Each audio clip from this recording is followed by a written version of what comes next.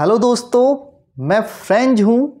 मैं थोड़ा सा उज्जड टाइप का यंग फ्रेंच बॉय हूँ और मैं ही इन फ्रेंच राइटर अल्फोंस डॉडेट की लिखी स्टोरी द लास्ट लेसन का नैरेटर अर्थात कहानीकार भी हूँ। दोस्तों, मैं आपको उस समय की बात बताता हूँ दोस्तों, जब फ्रांस और प्रसिया के बीच का युद्ध चरम पर था और इस युद्ध में हम लोग हार रहे थे और हमारे ज़िले अल्सास और लॉरेन पर भी इन्हीं प्रसियन सोल्जर्स का कब्जा हो गया था। दोस्तों, यहाँ पर यह भी बात बताते चलूँ कि मैं भी अल्सास ज़िले से ही बिलोंग करता हूँ और ये प्रसिया वाले लोग जर्मन लैंग्वेज हम पर थोपने जा रहे थे। दोस्तों, क्योंकि मैं तो अभी छोटा स्कूल में पढ़ने जाने वाला लड़का था, इसलिए युद्ध और युद्ध से रिलेटेड ज़्यादातर घटनाओं से बेखबर ही रहता और मज़े करने में लगा रहता था। दोस्तों, और शायद इससे बेखबर ही रहता अगर मेरी ज़िंदगी में वो वाला दिन नहीं आता। उस दिन की सुबह मैं स्कूल के लिए ऑलरेडी लेट हो चुका था दोस्तों, और स्कूल जाने में बहुत डर लग रहा था। डर सिर्फ लेट हो जाने की वजह से ही नहीं लग रहा था, बल्कि मेरे ज़्यादा डर के जिम्मेदार तो ये साहब हैं। पहचान लीजिए और जान लीजिए इस नाम को, क्योंकि इस कहानी का मेन कैरेक्टर मैं नहीं हूँ। दोस्तों, इस कहानी के मेन कैरेक्टर हमारे ये फ्रेंच टीचर एम हेमेल हैं। ये हमें फ्रेंच पढ़ाते हैं और बड़े क्रैंकी यानी कि सनकी टाइप के टीचर हैं। दोस्तों, और इस टाइप के टीचर्स तो सभी की क्लास में होते हैं। आपकी क्लास में भी कोई ना कोई ऐसा सनकी टीचर होगा ही होगा।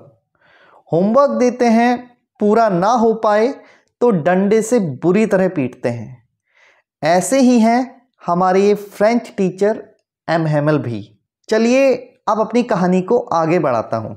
उस सुबह स्कूल जाने में डर मुझे इस वजह से भी लग रहा था दोस्तों, क्योंकि हमारे टीचर एम हेमेल ने पार्टिसिपल्स के रूल्स याद करने को दिए थे और कहा था कि अगले दिन वो इस पर क्वेश्चंस पूछेंगे।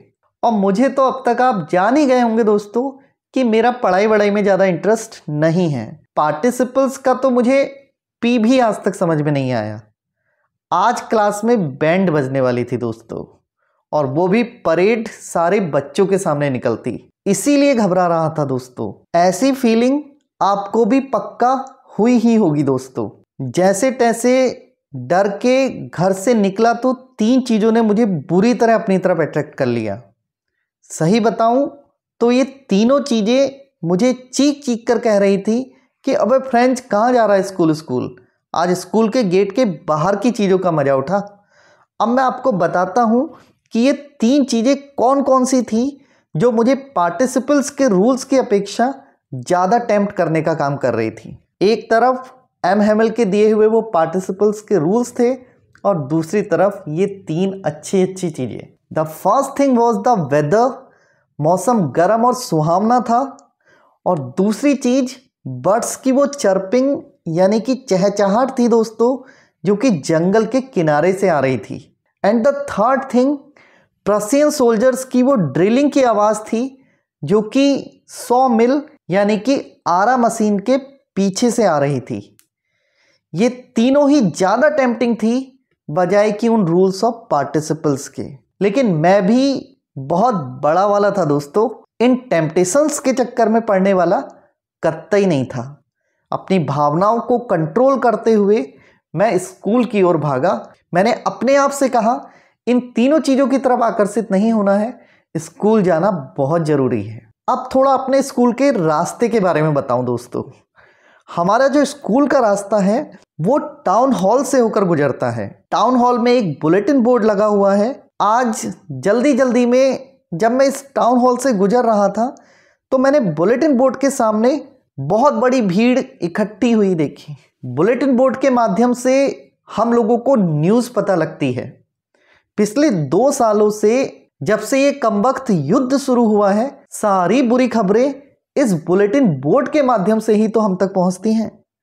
जैसे युद्धों का हारा जाना, सिपाहियों का खदेड़ा जाना और कमांडिंग ऑफिसर्स के नए नए आदेश भी इसी मनहूस बुलेटिन बोर्ड के माध्यम से ही हम तक पहुंचते हैं दोस्तों। ऐसी ही कोई बुरी खबर और आ गई होगी। मन ही मन ये सोचते हुए मैं बुलेटिन बोर्ड के सामने से तेजी से निकल ही रहा था दोस्तों कि पीछे से एक लोहार की आवाज़ आई जो कि मेरे से कह रहा था, don't go so fast bub, you will get to your school in plenty of time.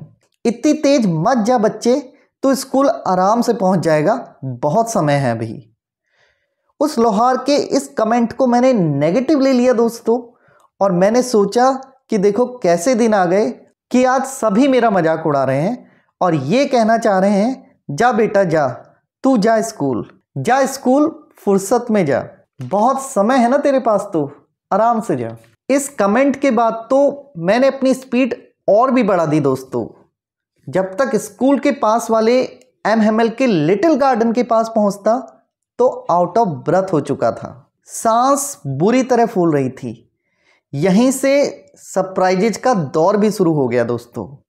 एक के बाद एक सरप्राइजेज देखने और सुनने को मिलते रहे। एमएमएल के गार्डन तक पहुंच गया था, लेकिन स्कूल के शोर शराबे की आवाज़ बिल्कुल भी नहीं आई थी। थोड़े समय के लिए डाउट हुआ कि कहीं संडे को तो स्कूल नहीं पहुंच गया। ज़्यादातर जब स्कूल स्टार्ट होता था इतना हल्ला गुल्ला होता था कि स्कूल गार्डन तो छोड़िए, बाहर गली तक शोर शराबे की आवाज़ सुनाई देती थी। 3 आवाज़ें सुनकर गली से गुजरने वाला कोई भी व्यक्ति ये समझ जाता था कि स्कूल स्टार्ट हो गया है भाई। पहली, डेस्क को खोलने बंद करने की आवाज़, दूसरी, लेसन्स को एक साथ दोहराने की आवाज़, और तीसरी, हमारे टीचर एमएमएल के उस बड़े रूलर की आवाज़ जो वो जोर जोर से मेज पर हम लोगों को शांत करने के लिए मारा करते थे दोस्तों। लेकिन आज इन तीनों में से कोई भी आवाज़ नहीं थी, सब कुछ बिल्कुल शांत था, मानो कि ये संडे मॉर्निंग हो। ये अनयूजुअल साइलेंस ही आज मुझे मिलने वाले कई सरप्राइजेस में से एक थी दोस्तों। डर डर के क्लास के नज़दीक पहुंचा तो देखा कि सारे स्टूडेंट्स क्लास में चुपचाप बैठे हुए थे। हमारे टीचर एमएमएल उस भयानक से लोहे के रूलर को अपनी आर्म में दबाए क्लास के अंदर इधर से उधर घूम रहे थे। हल्ले गुल्ले वाली क्लास में तो चुपचाप पीछे वाली सीट पर जाकर बैठ जाता था, किसी को पता भी नहीं लगता था। लेकिन आज कैसे अंदर जाऊं? इतनी साइलेंस, इतनी सीरियसनेस, ऐसी क्लास तो पहले कभी नहीं देखी थी। लेकिन ऐसी साइलेंट और सीरियस क्लास में प्रवेश करने में मैं कितना एम्बैरेसिंग फील कर रहा हूँगा ये तो आप भी समझ सकते हैं दोस्तों। लेकिन कुछ भी नहीं हुआ।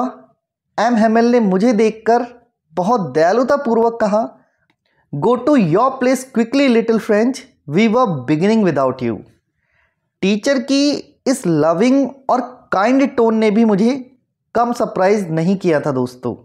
और दिन, बाकी के दिन तो वो मुझसे हमेशा हड़का के ही बात करते थे और साथ में कूटते भी थे, लेकिन आज टोन में इतना बड़ा चेंज ये कैसे आया?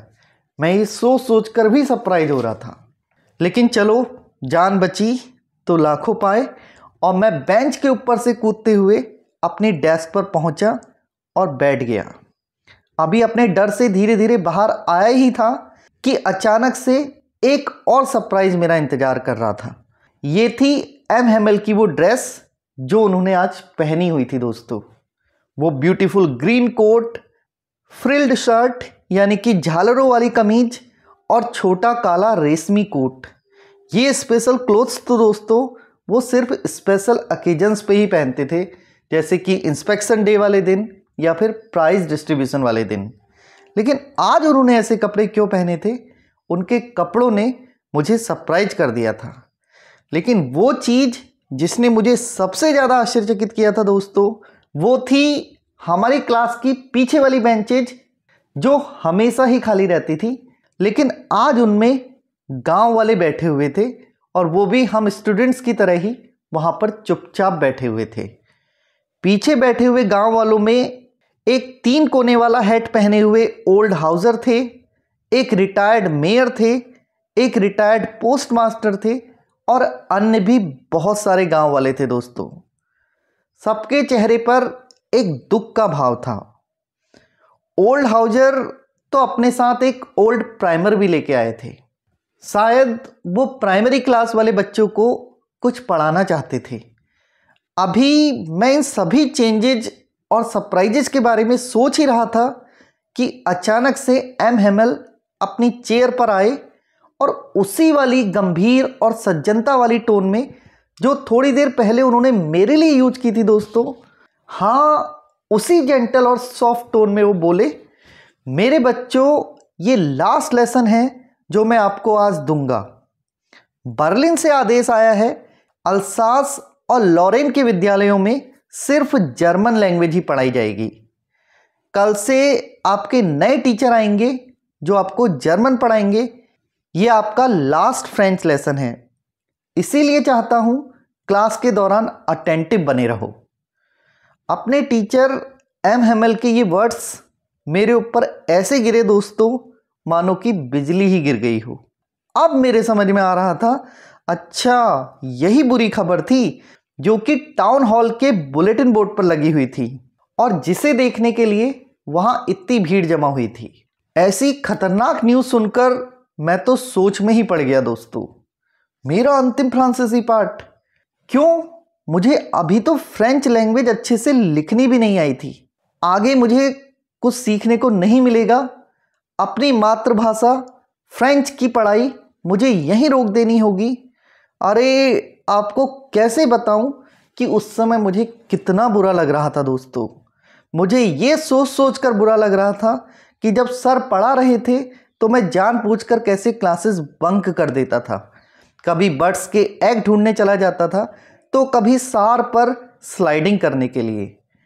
कभी सोचा ही नहीं था कि ऐसा बुरा दिन भी आएगा जब अपनी मातृभाषा की पढ़ाई पूरी तरह रोक देनी होगी। और वो किताबें जो कुछ समय पहले तक मुझे बहुत कष्टकारी लगती थी दोस्तों, इतनी भारी लगती थी जिन्हें कैरी करने का भी मन नहीं करता था। वो मेरी ग्रामर की बुक्स, वो मेरी हिस्ट्री ऑफ सेंट्स, वो सारी ही किताबें आज मेरी पुरानी फ्रेंड्स बन गई थी दोस्तों, जिन्हें मैं बिल्कुल नहीं छोड़ सकता था दोस्तों। और साथ ही अब तो ये बात भी कि हमारे फ्रेंच टीचर एम हेमल बहुत क्रैंकी हैं, अपने रूलर से हमें खूब पीटते हैं, ये सारी नेगेटिव बातें भी मैं पूरी तरह भूल गया था। अब तो अपने टीचर एम हेमल के लिए मेरे दिल में सिर्फ सम्मान और सम्मान ही था। अब समझ आ रहा था कि स्कूल में आए सारे चेंजेज इस लास्ट फ्रेंच लेसन के सम्मान में रखे गए हैं। इस दिन के सम्मान में ही आज एम हेमल ने स्पेशल क्लोथ्स पहने हुए हैं और गांव वाले भी पीछे वाली बेंचेज में इस वजह से ही बैठे हुए थे। ये गांव वाले एम हेमल को थैंक्स कहने आए थे। ये उनका तरीका था एम हेमल को उनकी 40 इयर्स की सर्विस के लिए सम्मान देने का, उन्हें धन्यवाद देने का और अपने उस देश के प्रति रिस्पेक्ट प्रकट करने का जो अब उनका नहीं रह गया था दोस्तों, क्योंकि उस पर तो अब प्रसिया वालों का कब्जा हो गया था। अभी मैं इन सब चीज़ों के बारे में सोच ही रहा था कि मैंने अपना नाम पुकारे जाते हुए सुना। वास्तव में हमारे सर ने पार्टिसिपल्स के रूल्स सुनना स्टार्ट कर दिया था और नंबर अब मेरा आ गया था। मैं अपनी सीट पर खड़ा हो गया, रूल्स सुनाने की कोशिश भी की, लेकिन शुरुआती वर्ड्स में ही कंफ्यूज हो गया दोस्तों, क्योंकि पार्टिसिपल्स का तो पी भी मुझे नहीं आता था। अब क्या करता, डेस्क को पकड़कर सिर झुकाकर वहीं पर डर के मारे खड़ा रह गया। सर की तरफ सिर उठाकर देखने की हिम्मत भी नहीं हो रही थी। आज फील होने वाला डर दोस्तों रूलर से पिटने का डर नहीं था, आज अपने देश की इज्जत की बात थी। अपनी मदर टंग से संबंधित पार्टिसिपल्स के नियम को ना सुना पाने का दुख मुझे पूरी तरह से तोड़ रहा था। मैं सिर झुकाकर वहीं खड़ा रहा और हमारे टीचर एम हेमल बोलते रहे, फ्रेंच बेटा आज मैं तुम्हें नहीं डांटूंगा, लेकिन देखो तुम्हें खुद बुरा लगना चाहिए। देखो हम रोज कहते थे ना कि हमारे पास बहुत समय है, हमारे पास बहुत समय है, कल कर लेंगे, कल कर लेंगे। और अल्सास वालों की ये बुरी आदत है ही कि हम पढ़ाई को हमेशा कल के लिए टाल देते हैं। आप ही देखो कि हम कहाँ पहुँच गए हैं। अब हम ऐसे पॉइंट पर पहुँच गए हैं जहाँ से कल तो है ही नहीं। अब वो प्रसियंस आएंगे और आप लोगों से कहेंगे कि अरे तुम फ्रेंचमैन हो, तुम फ्रेंचमैन होने का दावा कर कैसे सकते हो जब तुम्हें अपनी मदर टंग ही नहीं आती। मुझे इतना दुखी देखकर एम हेमेल ने आगे कहा, फ्रेंच अब इतने भी दुखी मत हो, क्योंकि सारी गलती तुम्हारी अकेले की नहीं है, गलती तुम्हारे पेरेंट्स की भी है और गलती कहीं ना कहीं मेरी भी है। तुम ही बताओ फ्रेंच, क्या तुम्हारे मम्मी पापा कभी भी तुम्हारी पढ़ाई को लेकर थोड़े भी चिंतित रहे हैं? अगर ऐसा होता तो वो तुम्हें घर में पढ़ाने की बजाय फार्म और मिल पर थोड़ा ज़्यादा पैसा कमाने के लिए क्यों भेजते? और तुम्हारे आज पार्टिसिपल्स के रूल ना सुना पाने का जिम्मेदार मैं भी हूँ फ्रेंच। क्या मैं तुम्हें अक्सर पाठ याद कराने की जगह पौधों में पानी डालने के लिए नहीं भेज देता था? और जब मेरा मन फिशिंग करने अर्थात मछली पकड़ने जाने का होता था तो मैं तुम्हें होमवर्क देकर ऐसे ही छुट्टी नहीं कर देता था। इसका अर्थ हुआ कि हम सभी जिम्मेदार हैं। फिर एक चीज़ से दूसरी चीज़ पर आकर हमारे टीचर एम हेमेल हमारी मातृभाषा फ्रेंच लैंग्वेज के बारे में बात करते रहे। वो कह रहे थे दोस्तों कि हमारी French language most beautiful language in the world है। It is the clearest and the most logical language. हमारी लैंग्वेज इतनी अच्छी है कि हमें प्रसिया का गुलाम बनने के बाद भी इसको अपने बीच में गार्ड करके अर्थात प्रोटेक्ट करके रखना होगा, कभी भूलना नहीं होगा। हमारे फ्रेंच टीचर एम हेमेल आगे कहते हैं, जब भी एक राष्ट्र गुलाम बनता है तो गुलाम हुए कंट्री की मदर टंग बहुत इंपॉर्टेंट रोल निभाती है। जब तक वो गुलाम देश अपनी मातृभाषा को कसकर पकड़े रहता है तब तक ये ऐसा होता है मानो कि उन देशवासियों पर अपने प्रिजन की हो, अर्थात उन पर चांस होता है अपने देश को आज़ाद करने का, क्योंकि ये मदर टंग ही होती है जो उनके कैद से मुक्त करने वाली की अर्थात चाबी का काम करती है। दोस्तों, ये सारी बातें करने के बाद हमारे सर एम हेमेल ने अब ग्रामर की बुक खोली और हमें ग्रामर पढ़ानी शुरू की। मैं बहुत आश्चर्यचकित था दोस्तों कि आज सर की पढ़ाई हुई एक एक चीज़ अच्छे से समझ आ रही थी। हर चीज़ आसान और बहुत आसान लग रही थी। शायद ऐसा इसलिए था क्योंकि मैंने इससे पहले कभी उन्हें इतने ध्यान से सुना ही नहीं था, और कारण ये भी हो सकता है कि एम हेमेल भी ज़्यादा पेशेंस या धीरज के साथ हमें पढ़ा रहे थे। दोस्तों, ऐसा लग रहा था कि वो बेचारा आदमी यानी कि हमारे टीचर एम हेमेल अपना फ्रेंच लैंग्वेज का सारा ज्ञान एक बार में ही हमारे दिमागों में डाल देना चाहते थे।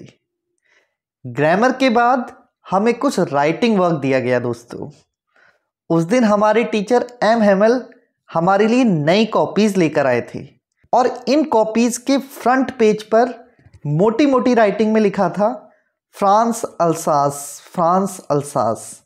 ये कॉपीज़ जो हमारे डेस्क पर रखे हुए छोटे छोटे झंडों की तरह लग रही थी दोस्तों, वो भी हमारी अपने देश के प्रति देशभक्ति की भावना को जगा रही थी। उस समय आप देखते तो सारे के सारे बच्चे अपनी राइटिंग वर्क में इन्वॉल्व थे। इतने चुपचाप थे कि पूरे क्लासरूम में एक पिन ड्रॉप साइलेंस थी। बीच में कुछ बीटल्स भी उड़ते हुए हमारे क्लासरूम में चले आए थे, लेकिन उन भंवरों या कीड़ों की तरफ किसी भी बच्चे ने ध्यान नहीं दिया। सब शांत थे, इतने चुपचाप थे कि रूम में सिर्फ पेन की कॉपी पर चलने की आवाज़ आ रही थी। सबसे छोटे वाले बच्चे भी फिश हुक्स को ट्रेस करने के अपने काम में शांत होकर लगे हुए थे। तभी छत पर कुछ पिजन्स यानी कि कबूतर आए दोस्तों और कूकू की आवाज़ करने लगे। और उस समय मैं मन ही मन ये सोच रहा था कि क्या ये प्रसिया वाले इन कबूतरों से भी जर्मन लैंग्वेज में कुकू करने को कहेंगे। जब सब लिखने में लगे थे तो मैं बीच बीच में अपने टीचर एम हेमल पर भी एक नज़र डाल लेता था दोस्तों। वो बिल्कुल मोशनलेस होकर अपनी चेयर पर चुपचाप बैठे हुए थे। पहले स्कूल की एक चीज़ की तरफ घूर कर देखते और फिर दूसरी चीज़ की तरफ। ऐसा लग रहा था मानो कि उस छोटे से स्कूल रूम की हर चीज़ को एज इट इज़ अपने दिमाग में फिक्स करके यहाँ से चले जाना चाहते हो। आप भी कल्पना करो दोस्तों कि उस आदमी पर उस समय क्या बीत रही होगी जब 40 साल तक एक स्कूल रूम में पढ़ाने के बाद आज उन्हें यहाँ से जाना पड़ रहा होगा। उस आदमी यानी कि हमारे टीचर एम हेमल का दिल कितना टूट रहा होगा जब वो फर्स्ट फ्लोर से आती हुई अपनी बहन द्वारा पैक किए जाने वाले बक्सों की आवाज़ सुन रहे होंगे। कल्पना करो दोस्तों, 40 सालों तक सब ऐसा ही रहा था और आज उन्हें यहाँ से चले जाना था। स्कूल रूम की खिड़की के बाहर गार्डन, उनके सामने क्लास, बेंचेज पर बैठे हुए बच्चे। हर साल बच्चे बदलते जाते थे और बेंचेज भी थोड़ा ज़्यादा घिस जाती थी। बगीचे में लगे प्लांट्स भी छोटे से अब बड़े हो रहे थे। बेलें खिड़की से होती हुई छत पर फैल गई थी। कल्पना करो दोस्तों, कितना दिल टूटा होगा उस आदमी का, अर्थात हमारे फ्रेंच टीचर एम हेमल का। लेकिन हमारे टीचर बहुत साहसी थे दोस्तों और इस लास्ट लेसन को अंत तक पढ़ाने का करेज उनके अंदर था। राइटिंग के बाद हमें पढ़ने के लिए हिस्ट्री का लेसन दिया गया। रूम के पीछे वाले भाग में ओल्ड हाउसर भी अपनी प्राइमर को दोनों हाथों से पकड़े हुए बेबीज अर्थात छोटे बच्चों के साथ बा, बे, बी, बो, बू बोल रहे थे। ओल्ड हाउसर इतने इमोशनल हो रहे थे कि बेबीज को पढ़ाते समय वो हमें रोते हुए से प्रतीत हो रहे थे। सही बताऊं दोस्तों तो उस समय ओल्ड हाउसर की ये कपकपाती हुई आवाज़ हमारे अंदर मिक्स्ड फीलिंग्स जगा रही थी। एक तरफ हम हंसना भी चाहते थे और दूसरी तरफ रोना भी आ रहा था। देखो दोस्तों, कितने अच्छे से याद है मुझे अपना वो लास्ट लेसन। अचानक से चर्च क्लॉक ने 12 बजा दिए और तभी प्रशियन सोल्जर्स ट्रम्पेट्स अर्थात तुरही बजाते हुए ड्रिलिंग से वापस आ रहे थे और उनकी ट्रम्पेट्स की आवाज़ हमें हमारे स्कूल रूम्स की विंडोज़ के पास आती हुई सुनाई दे रही थी। ये मैसेज था दोस्तों कि अब हम उनके गुलाम हैं और फ्रेंच लैंग्वेज की पढ़ाई पूरी तरह बंद होनी है। फिर एम हेमल चेयर पर खड़े हो गए। मैंने कभी अपने सर को इतना लंबा खड़े हुए नहीं देखा था। वो चेयर पर खड़े होकर लास्ट लेसन का कोई लास्ट इंपॉर्टेंट मैसेज कन्वे करना चाहते थे दोस्तों। उन्होंने बोलना भी शुरू किया, लेकिन माय फ्रेंड्स आए कहने के बाद वो इतने इमोशनल हो गए कि किसी चीज़ ने उनके गले को पूरी तरह रूंध दिया। वो कंटिन्यू नहीं कर पाए दोस्तों। फिर वो नीचे उतरे और ब्लैक बोर्ड की तरफ बढ़े, एक चौक का टुकड़ा उठाया और अपनी पूरी ताकत के साथ उन्होंने बोर्ड पर खूब बड़ा बड़ा लिख दिया, वाइव ला फ्रांस, अर्थात लॉन्ग लिव फ्रांस, हमारा फ्रांस अमर रहे। फिर वो रुके, दीवार की तरफ सिर झुकाकर खड़े हो गए और हमारी तरफ ऐसे इशारा किया दोस्तों मानो कि कहना चाह रहे हो, school is dismissed, you may go. School समाप्त होता है, अब आप जा सकते हो। और यहीं पर ये सुंदर सी स्टोरी समाप्त भी हो जाती है दोस्तों। धन्यवाद।